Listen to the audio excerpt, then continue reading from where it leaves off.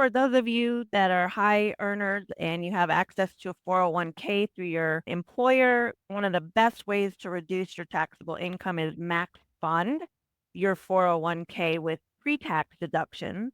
A lot of you may have a Roth option within that, but we have to talk about strategies surrounding which one to pick. But if you do the pre-tax option, it will reduce your taxable income.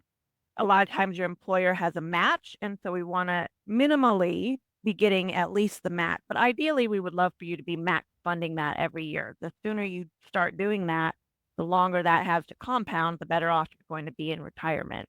The other option is to consider after-tax contributions for a mega backdoor Roth conversion, and that would be a strategy that we would employ, and Meredith would help you with that. It's worth noting how the contribution limit went up. So, for those of you that already went through open enrollment in November, just please note you select a percentage, but you might want to make sure that you're going to max out based upon that percentage, given the dollar amount has gone up.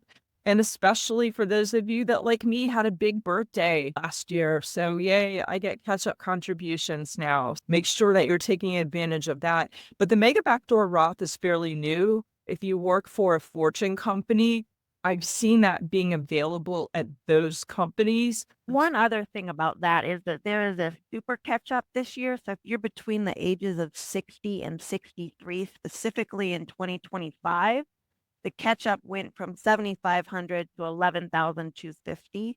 So if you have the ability and household cash flow to max fund that, if you're in that tax bracket, it's a good way to chunk down on your taxable income and also get a little bit more in there for 2025.